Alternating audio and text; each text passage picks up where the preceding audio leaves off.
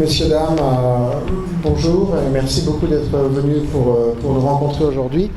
Comme monsieur le gouverneur le disait, nous sommes ici pour pouvoir vous écouter. Nous pensons avec le gouvernement du Sénégal pour préparer potentiellement un nouveau projet qui serait un projet qui travaillerait sur la vallée du fleuve Sénégal, des deux côtés du Sénégal et de la Mauritanie. Et donc c'est une première réunion pour pouvoir vous écouter, quelles sont les opportunités, les difficultés que vous rencontrez, afin de pouvoir nous aider à réfléchir avec nos collègues sénégalais à une réponse adéquate par rapport au développement de la zone. Donc merci beaucoup, c'est qu'une première réunion, j'espère qu'il y en aura d'autres, hein, donc vous inquiétez pas si on n'arrive pas à tout couvrir aujourd'hui.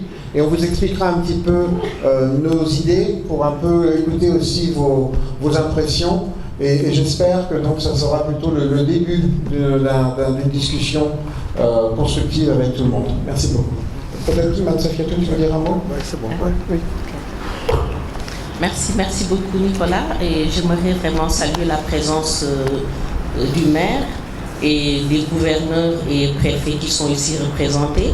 Particulièrement également saluer les collectivités ici présentes, les femmes, les groupements de femmes qui sont là, les jeunes, les associations, toute la société civile ici représentée pour l'accueil et vous dire que c'est un projet qui va surtout s'appuyer sur vous en tant qu'acteur de développement. C'est un projet qui aura un processus participatif et inclusif qui ne va épargner aucun acteur et c'est la raison pour laquelle le gouverneur a tenu à organiser ce CRD où l'ensemble des parties prenantes sont représentées et pourront également discuter avec nous pour nous faire part des préoccupations. Et c'est un projet, comme l'a dit tantôt Nicolas, régional.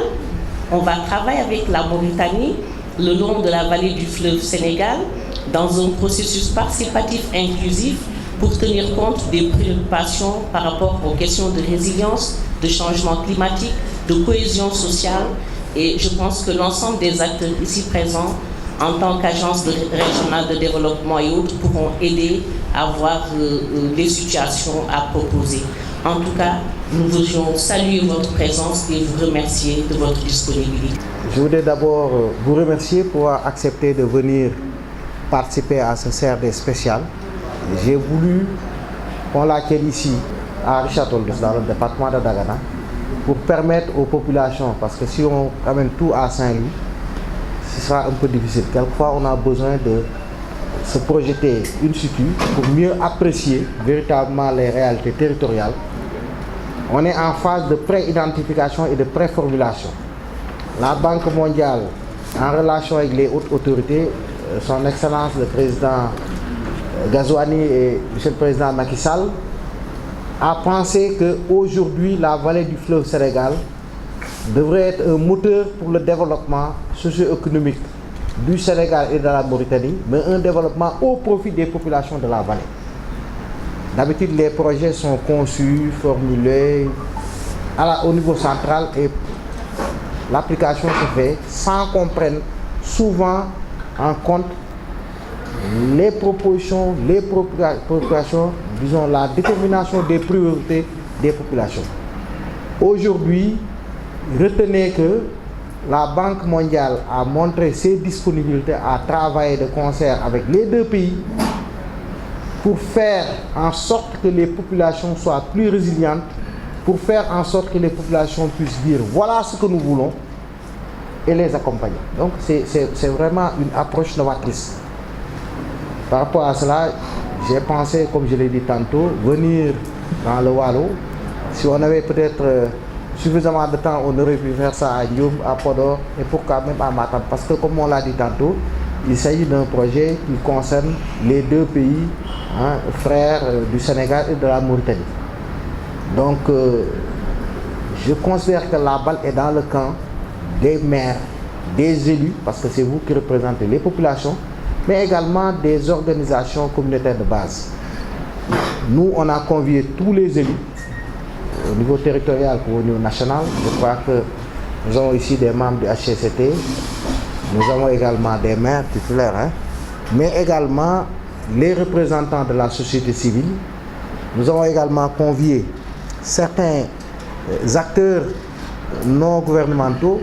Je pense à la COICA, je pense à l'USAID, je pense à également le Forum civil. Ils sont là pour pouvoir monter quelque chose de manière inclusive et participative.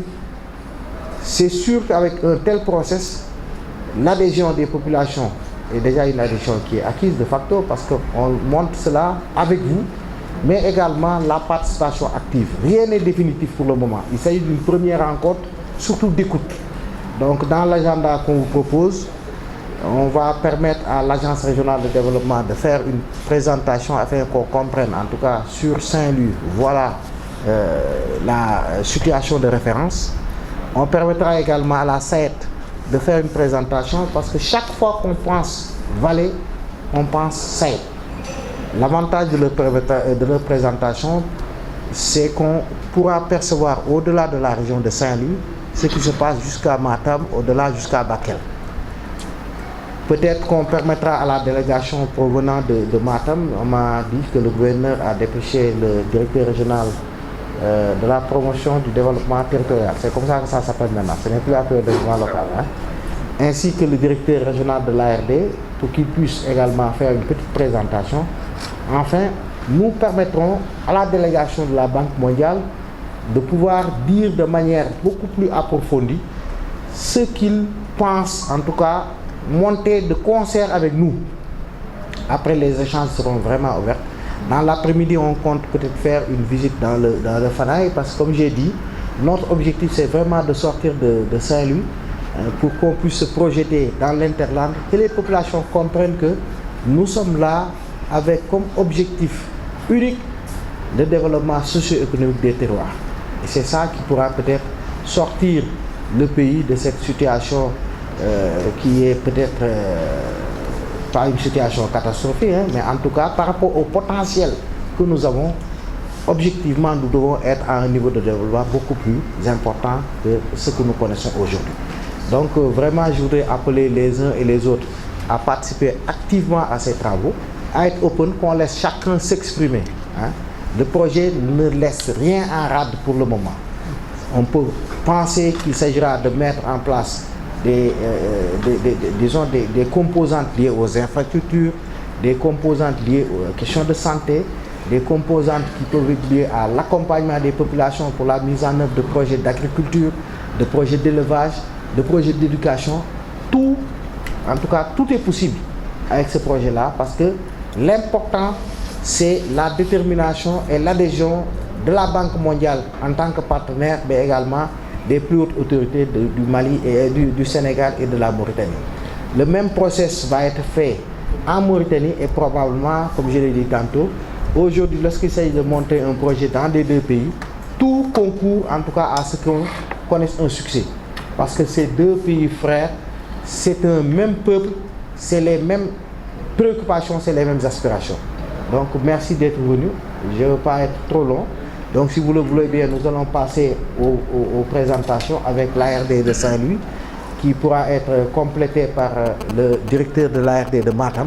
Ensuite la SAED, compte tenu du rôle primordial que cette société joue dans la vallée, pourra faire une présentation et on pourra rapidement ouvrir les débats pour qu'à l'issue de cette première réunion-là, qu'on puisse avoir en tout cas les germes permettant d'aller vers une identification des préoccupations, mais également une bonne formulation. L'objectif, c'est que d'ici la fin de l'année, que tout puisse être bouclé et qu'en début 2024, on passe à une phase d'exécution. Même sur l'ancrage institutionnel, on verra ce qu'il faut faire.